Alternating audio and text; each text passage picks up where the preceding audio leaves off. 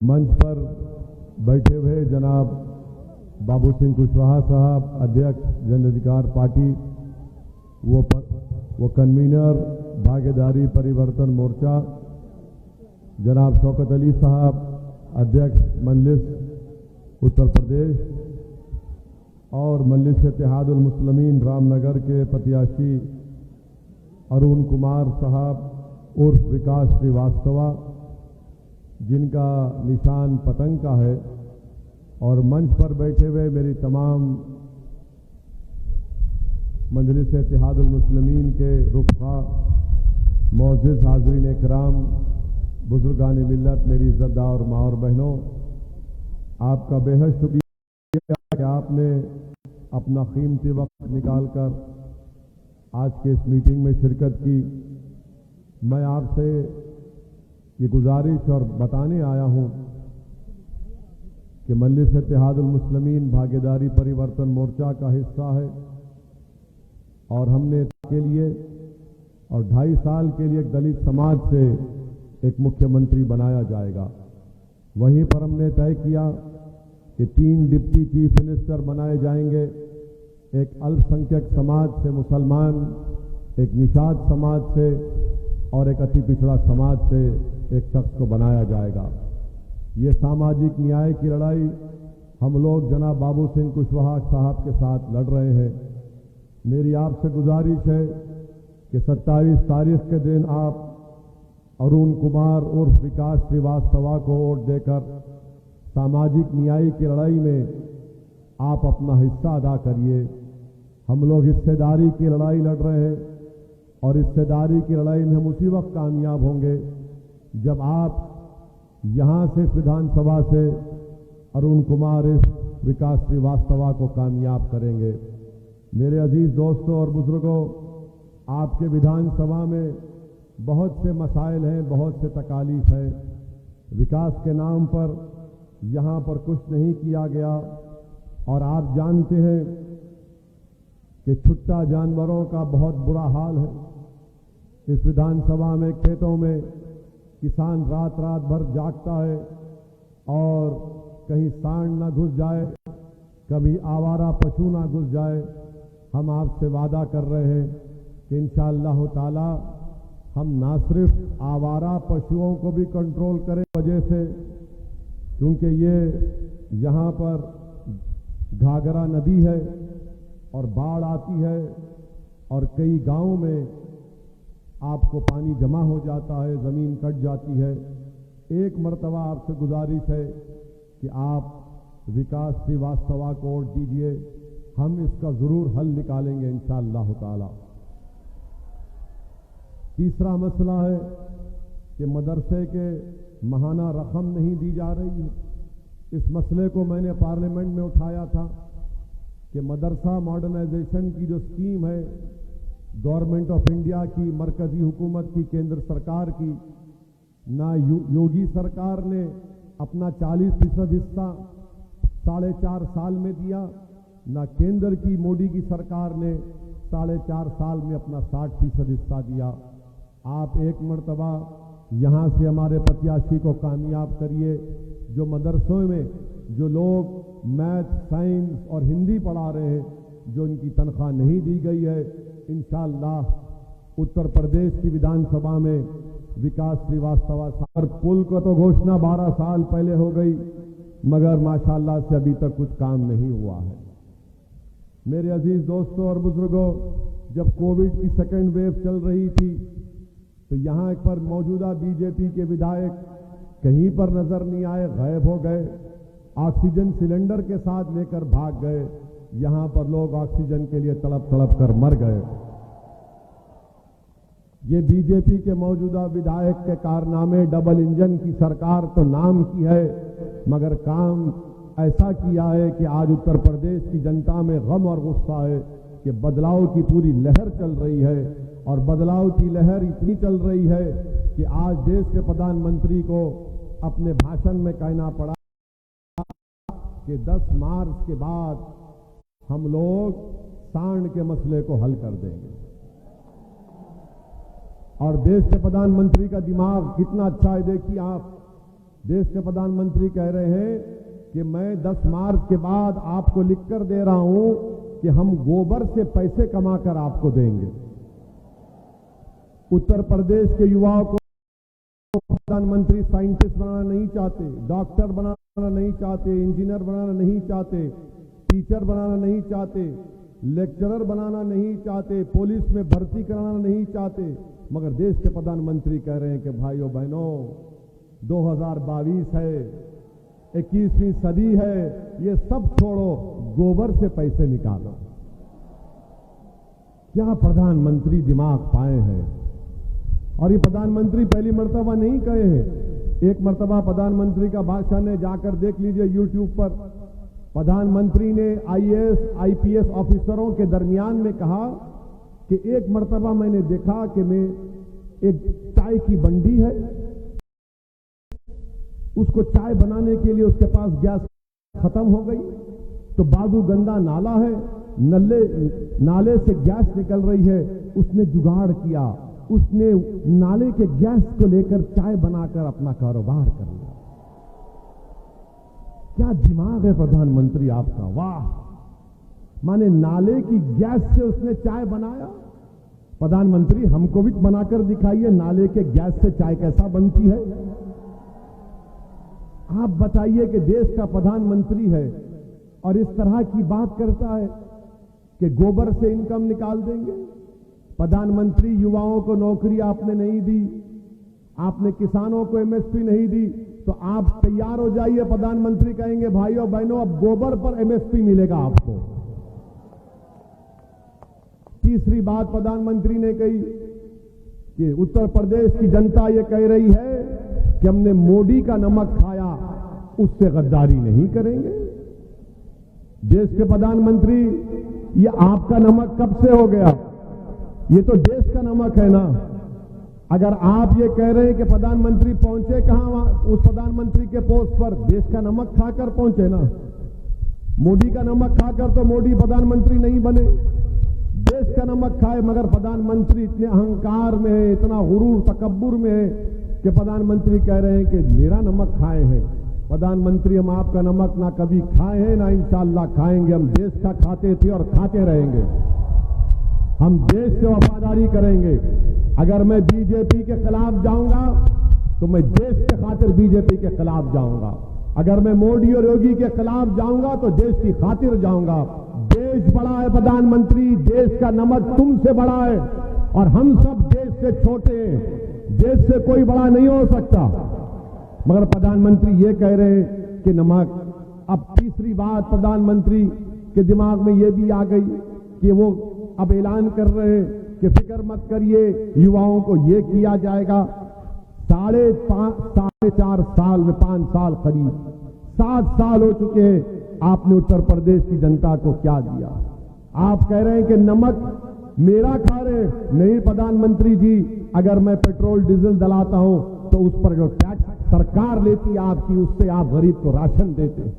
आपको एहसान नहीं कर रहे हैं। अगर कोई एक मां अपने भूखी औलाद को बिस्किट का पैकेट खरीदती है तो उस पर जीएसटी लगता है और उस जीएसटी से आप गरीब को उसको आप राशन देते हैं।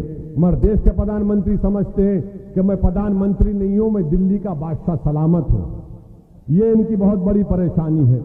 मेरे अजीज दोस्तों और बुजुर्गों, एक और अहम बात आपको बताना चाहते थे कि यहां पर समाजवादी के जो प्रत्याशी हैं बहुत अनाप शनाप हमारे बारे में बक रहे हैं। हम उनसे कहना चाह रहे हैं भाई साहब, हमारे मुंह मत लगो आप। हम किसी को नहीं बख्शे। आप हमारी जबान का मुकाबला नहीं कर पाएंगे, याद रखो। अब आप ज़ईफ हो चुके हैं, घर में बैठो, दुआ दो, मेरी सरपरस्ती करो। ये दौर नौजवानों का है, ये जज्बाती नौजवानों का दौर है। और आप कह रहे हैं कि ओवैसी आएगा तो बीजेपी जीत जाएगी। 2017 में तुम क्यों हार गए थे कुर्सी विधानसभा से? क्या मैं वहां जाकर बोला था कुछ?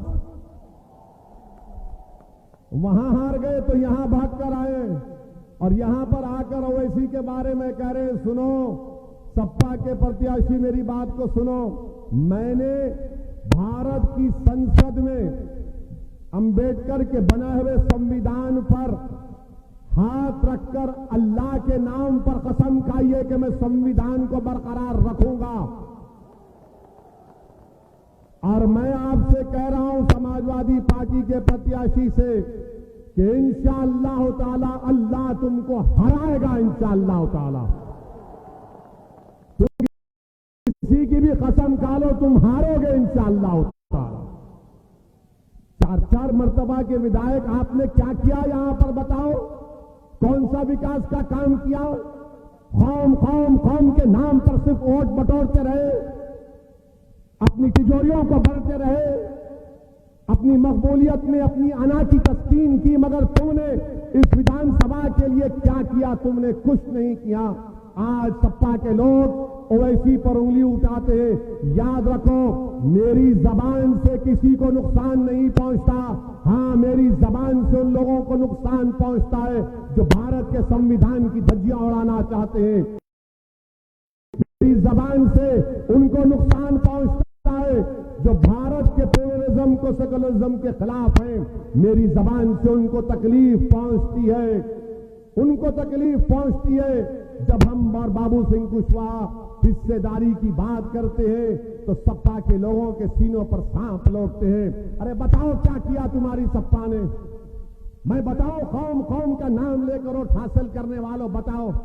मैं आपको आदादे शुमार दे रहा हूं, आपको मैं जानकारी दे रहा हूं कि उत्तर प्रदेश में अगर मुसलमान दूसरे प्रदेश का एक 10 रुपए अगर खर्चता है अपने घर में, तो उत्तर प्रदेश का अल्पसंख्यक समाज का मुसलमान सिर्फ 7 रुपए खर्चता है। कौन जिम्मेदार है इसका बताओ? समाजवादी बसपा के लोगों। मैं जिम्मेदार हूं। 10 रुपये अगर दूसरे प्रदेश में घर में खर्च होता है तो आपके पास सिर्फ 7 रुपये खर्च होते हैं। क्या यह गरीबी नहीं है, मुफलिसी नहीं है? इसके ऊपर कोई जवाब नहीं देते। 10 में से 7 मुसलमान लिखना पढ़ना नहीं जानते, हिसाब किताब करना नहीं जानते। तुमने क्यों नहीं सिखाया उनको? बताओ सपा बसपा बीजेपी वालों, कौम के नाम पर तुमने और किया। और ये जो कुछ कह रहा हूं, अगर तुमको इस पर शक है तो आ जाओ, वक्त बता दो, जगह बता दो, तुम 5 मिनट सामने नहीं बैठ पाओगे। आप सुनिए आपकी बर्बादी की दास्तान, बर्बादी की दास्तान सुनिए। आपको मालूम कि 10 में से 1 मुस्लिम बच्चा हाई स्कूल मुकम्मल करता है उत्तर प्रदेश में। 10 में से सिर्फ 1 बच्चा। बताओ क्या तुम अपने बच्चों को नहीं पढ़ाना चाहते? कितने पढ़ाना चाहते? हाथ उठाओ। वहां भी हाथ उठा, नहीं पढ़ाना चाह रहे। अब पूछो सपा वाले से तुमने क्या किया शिक्षा के बारे में, तो बोलेंगे ये मत पूछो, बीजेपी को रोकना है, स्कूल नहीं देंगे, गरीबी मुकद्दर बना देंगे, और फिर बोलेंगे हमको वोट दो ताकि मैं गरीबी और मुफलिसी के चक्कर में हमेशा फंसा रहूं। तीसरी बात आप सुन लीजिए कि सिर्फ 7% अल्पसंख्यक समाज के मुसलमान हाई स्कूल मुकम्मल करते हैं। सिर्फ 7%, 7%, और 4% यूनिवर्सिटी की डिग्री मिलती है। उसके बावजूद भी सपा वाले मुझ पर उंगलियां उठाते हैं। तुमको तुम्हारे अखिलेश को मुख्यमंत्री बनने का मौका मिला। अखिलेश के पिता को एक नहीं कई मर्तबा मुख्यमंत्री बनने का मौका मिला। बताओ तुमने क्या किया जो कौम करके वोट हासिल करते थे? आपको कुछ नहीं मिला। और आपको एक और बात बता रहा हूं, आपको मालूम कि उत्तर प्रदेश में जो अल्पसंख्यक समाज का मुसलमान है वो अपर कास्ट से अगले जात वालों से 6 साल पहले मर जाता है। जिंदगी में इज्जत नहीं, मौत में भी नहीं है। ना जिंदगी में बराबरी दिए, ना मौत में बराबरी मिल रही। अब बताओ फिर आप किस बुनियाद पर इन पार्टियों को वोट देंगे? मुझसे दुश्मनी क्यों है? क्योंकि मैं इन चीजों को बयान करता हूं। मुझ पर गोलियां क्यों चलाई जा रही हैं? इस वजह से कि ये गरीबों और मजलूमों में जाकर हकीकत को बयान कर रहा है। मैं आपको उठाना चाहता हूं मैं आपको खड़ा करना चाहता हूं, मैं आपको नेता बनाना चाहता हूं। ये मेरी लड़ाई नहीं लड़ रहा, आपके लिए लड़ रहे हैं हम लोग। ये सपा वाले आपको नहीं बताएंगे, ये पूरा डेटा है, आंकड़ा है मेरे पास।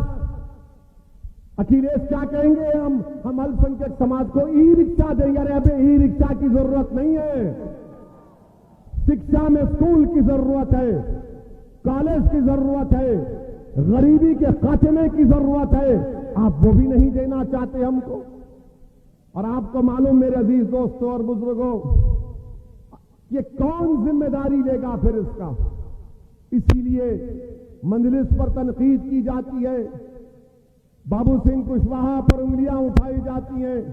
हम आपसे अपील करने आए हैं मेरे अजीज दोस्तों और बुजुर्गों कि आप 27 तारीख के दिन विकास श्रीवास्तव जिसका निशान पतंग है उसके निशान पर वोट डालिए। ये लड़ाई हमारी है, ये लड़ाई आपकी है और मेरी जिंदगी की कोई कीमत नहीं है। मैं शुक्रगुजार हूं बाबू सिंह कुशवाहा साहब का कि उन्होंने मुझे इतना मान सम्मान दिया, मुझे इतनी इज्जत दी और कहा कि असदुद्दीन ओवैसी के साथ कुशवाहा खड़ा हुआ है। मैं इनका शुक्रिया अदा करता हूं, मगर मेरी जिंदगी की कोई अहमियत नहीं है। मैं दुनिया में आया तो चला जाऊंगा, आपका मुस्तकबिल है। मैं कल आने वाला सूरज जब निकलेगा वो तुम्हारा होगा, याद रखो। और अगर जो गोली हमको मार रहा है हमको मारने दो, हमको परवाह नहीं, हम सिक्योरिटी नहीं लिए। हमने पार्लियामेंट में खड़े होकर कहा कि हमको सिक्योरिटी जेड कैटेगरी की नहीं चाहिए, हमको ए कैटेगरी का शहरी बनाओ आप। अगर ओवैसी को सिक्योरिटी मिल जाएगी और मेरे बच्चों को नहीं मिलेगी तो उसका क्या फायदा? अगर ओवैसी को सिक्योरिटी मिल जाएगी और मेरे 22 बच्चों को CAA NPR के प्रोटेस्ट में गोली मारकर उनको शहीद कर दिया गया तो मेरी जिंदगी का क्या फायदा? अगर 10 में से सिर्फ एक बच्चा हाई स्कूल में पढ़ रहा है तो मैं क्या करूंगा सिक्योरिटी लेकर? अगर 19% में सिर्फ 4% बच्चे ग्रेजुएट हो रहे हैं तो मैं सिक्योरिटी लेकर क्या करूंगा? अगर सबसे गरीब मैं हूं तो मेरी सिक्योरिटी क्या फायदेमंद? सबसे ज्यादा बेरोजगार अगर हम हैं तो सिक्योरिटी लेकर मैं क्या करूंगा? तुमको मालूम उत्तर प्रदेश में ये सपा बसपा वाले आकर कहते कौम कौम कौम। कितने मुसलमानों के पास 2 एकड़ जमीन है? 1%। बताओ फिर क्या होगा आपका? आप जिम्मेदार है किसी हद तक। मैं आपके दरमियान में खड़े होकर आपसे शिकायत कर रहा हूं क्योंकि आपने इनको इनका साथ दिया, ये समझकर साथ दिया कि हमसे इंसाफ होगा, मगर इन्होंने इंसाफ नहीं किया। अगर अल्लाह ने मुझे लंदन से डिग्री दी, मैं लंदन से पढ़ के आऊं, मगर मैं अपनी काबिलियत की तारीफ नहीं कर रहा हूं। मैं उस पार्टी से ताल्लुक रखता हूं जो कमजोरों और मजलूमों की आवाज उठाती है। मेरा ताल्लुक उस पार्टी से है जो मजलूमों का साथ देती है। मैं उस पार्टी से ताल्लुक रखता हूं जो हमारे कुरैश बरादरी के लोगों को इंसाफ दिलाना चाहती है। हमारे अंसारी भाइयों के पावरलूम इंडस्ट्री को बंद करके रख दिया गया। कहां गई तुम्हारी कौम की मोहब्बत? क्या तुम्हारी कौम की मोहब्बत सिर्फ चुनाव के वक्त दिखती है, उसके बाद तुम भूल जाओगे? और ये सपा के प्रत्याशी से पूछ रहा हूं, बताओ तुम्हारा अखिलेश ने हिजाब और निकाब पर उसका क्या स्टैंड है? बोलो। मैं कह रहा हूं, मैं जब तक जिंदा रहूंगा सर पे टोपी पहनूंगा और मेरी बेटी चाहेगी तो निकाब और हिजाब पहनेगी। बाढ़ में जाए तुम्हारे तमाम तबसरे, तुम टीवी पर बैठकर कहां बैठकर बोलो, नहीं रोकेंगे हम। ये मेरी शनाख्त है, मैं इस शनाख्त पर कायम रहूंगा इंशाअल्लाह ताला। अखिलेश से पूछा गया तो अखिलेश ने कहा, वो वीडियो है देखना, ऊंचा बोलो सुनाई नहीं दे रहा है। कि भाई साहब आपको भी नहीं सुनाई दिया क्या? जब पूछा गया अखिलेश से मुस्लिम वोट तो बोला नहीं सुनाई दिया। मेरे अजीज दोस्तों और बुजुर्गों, सिर्फ चुनाव की हद तक आपकी अहमियत है, उसके बाद आपकी कोई अहमियत नहीं है। 10 मार्च के बाद नरेंद्र मोदी पेट्रोल डीजल पर कीमतें बढ़ा देंगे, देखना आप। बल्कि 8 मार्च को फैसला आ जाएगा। मोदी जी 8 मार्च को डीजल पेट्रोल पर कीमतें बढ़ा देंगे और सपा वाले 10 मार्च के बाद अपनी शिकस्त के बाद अपने घर के दरवाजों को बंद करके बैठ जाएंगे। और आप रोज मरेंगे। आप आकर आज हमसे कहते जिंदगी मौत का मामला। कौन सी जिंदगी मौत का मामला है? मुजफ्फरनगर का कांड हुआ तो क्या मौत नहीं हुई? तुम कहां नजर आए? लोग बोलते कि मंजलिस के अगर 8-10 एमएलए जीत गए तो क्या होता है। मैं आपको एक मिसाल देकर अपनी बात खत्म कर दूंगा। भारत की पार्लियामेंट में मंजलिस के सिर्फ 2 एमपी हैं, और जब 2 में से 1 खड़ा हो जाता है तो बीजेपी के 300 एमपी खड़े हो जाते हैं हमारा इस्तेमाल करने के लिए। कोई कहता है बैठ, कोई कहता है आतंकवादी, क्या क्या नाम शनाब बकते हैं। मगर आपकी दुआओं की वजह से, अल्लाह के फजलो करम की वजह से हम बेबाकी के साथ आपकी नाइंसाफी का जिक्र करते हैं। कानून बनाया गया CAA का, भारत की पार्लियामेंट में सपा बसपा के सब लोग थे, बहादुर थे। किसने उस कानून को संविधान के खिलाफ है कहकर फाड़ा? उसका नाम क्या था आप जानते हैं? ये सपा वाले क्या किए? ट्रिपल तलाक का कानून 3 मरतबा आया तो सपा ने क्या बोला? क्या CAA के प्रोटेस्ट की आवाज उत्तर प्रदेश के विधानसभा में सुनाई दी? सुनाई दी उत्तर प्रदेश के विधानसभा में? ये पूछते हुए इसी भड़का भाषण देता है। जिस प्रदेश से मैं आता हूं, हमने उस प्रदेश में हमारे सिर्फ 7 एमएलए सत्ता में नहीं है, मगर हमने वहां की हुकूमत को मजबूर किया और हमने उस विधानसभा में CAA कानून के खिलाफ एक रेजोल्यूशन को पास कराया। और क्या कहा कि तेलंगाना में CAA NPR NRC नहीं होगा, नहीं होगा, नहीं करवाया जाएगा। इसको कहते हैं ताकत। लोग पूछेंगे ओवैसी तुमने तो शिक्षा की बात की, बताओ तेलंगाना में क्या किया? हमने सरकार के पास जाकर तेलंगाना में गवर्नमेंट के स्कूल खुलवाए। 6 स्टैंडर्ड से 12 स्टैंडर्ड तक बच्चियों और बच्चे उसमें पढ़ते हैं, रहते हैं, खाना खाते हैं। आपको मालूम कितने मुसलमान बच्चे और बच्चियां पढ़ते हैं? 60,000। 60,000। क्या वो काम उत्तर प्रदेश से नहीं हो सकता? होगा इंशाअल्लाह ताला। ये काम कैसे हुआ? ओवैसी की वजह से हुआ? नहीं, ये काम तेलंगाना की जनता ने सियासी ताकत को समझा। उन्होंने ये सेकुलरिज्म के झूठे वादे करने वालों का कहा कि तुम्हारी जरूरत नहीं है, हम अपनी पार्टी को, अपनी कैंडिडेट को कामयाब करेंगे।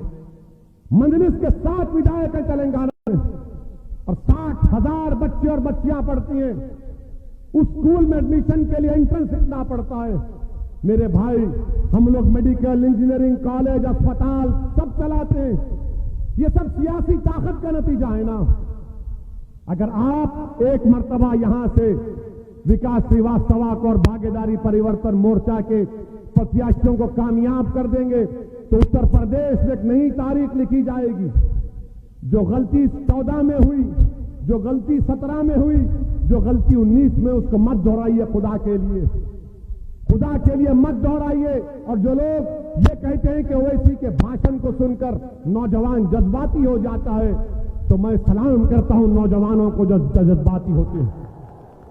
मैं सलाम करता हूं नौजवानों के मां बाप को जिन्होंने इस तरह की बहादुर नौजवानों को पैदा किया। मैं सलाम करता हूं उन बुजुर्गों को जिन्होंने आपको धड़कता हुआ दिल दिया। अरे जो जज्बाती नहीं है वो मुर्दा कहलाता है। जिसमें गरीबों पर जुल्म को देखता है तो जज्बाती हो जाता है, किसी को पिसता हुआ देखता है तो आंख से आंसू निकल जाते। मेरे अजीज दोस्तों, ये जज्बात वोट में कन्वर्ट करना है, वोट में तब्दील करना है। बिला खौफ और पूरे एतमाद के साथ जाकर अपने वोट का इस्तेमाल करिए। मेरा भाई यहां से कामयाब होगा, ये सेकुलरिज्म की कामयाबी होगी। ये सपा वाले अगर उनको वोट डालेंगे तो गुलामी की कामयाबी होगी। ये कामयाब होगा तो हिस्सेदारी की कामयाबी होगी। बीजेपी को वोट डालेंगे तो फिर याद रखो, फिर दोबारा आपके खेतों में सांड फिरते रहेंगे, सांड फिरते रहेंगे, आवारा पशु फिरते रहेंगे, नौजवानों पर लाठियां बरसाई जाएंगी जब रोजगार की नौकरी के लिए लड़ाई लड़ेंगे। तो इसीलिए हम आपसे कह रहे हैं कि आज आपके दरमियान में एक विकल्प है, और अगर उत्तर प्रदेश में बीजेपी की सरकार को बनने से कोई रोक सकता है कि मोदी और योगी को कोई रोक सकता है तो उसका नाम बाबू सिंह कुशवाहा है। बाबू सिंह कुशवाहा और ओवैसी एक साथ जमा हो चुके हैं, एक साथ खड़े हो चुके हैं। आपसे अपील कर रहे हैं कि आप हमारा साथ दीजिए और डरने की जरूरत नहीं है, हरगिज डरने की जरूरत नहीं है। ये लोग जानते हैं कि आपको डराओ। उस कर्नाटका की बच्ची ने क्या कहा था, जो हिजाब और निकाब पहनकर, उसने कहा था कि मैंने क्यों नारा लगाया, तो उसने कहा मैं जब डरती हूं तो मैं नारा लगाती हूं। क्या नारा लगाती थी वो? जब तुम डरोगे तो क्या नारा लगाओगे? क्या नारा लगाओगे? उधर भी पुकारो। डरना नहीं मेरे भाई, जमीन व आसमान के मालिक से डरना, ना ओवैसी से डरना, ना कुशवाहा से डरना, ना अखिलेश से डरना, ना योगी से डरना, ना मोदी से डरना, किसी से नहीं डरना। ये भारत का संविधान अंबेडकर का बनाया हुआ आपसे कहता है कि सब बराबर हैं, डरने की जरूरत नहीं। हक की लड़ाई है, हुकूक की लड़ाई है, हिस्सेदारी की लड़ाई है। और आपसे अपील करते हैं कि आप एक होकर यहां से भागीदारी परिवर्तन मोर्चा और मजलिस के उम्मीदवार को कामयाब करिए। बहुत बहुत शुक्रिया। खुदा हाफिज।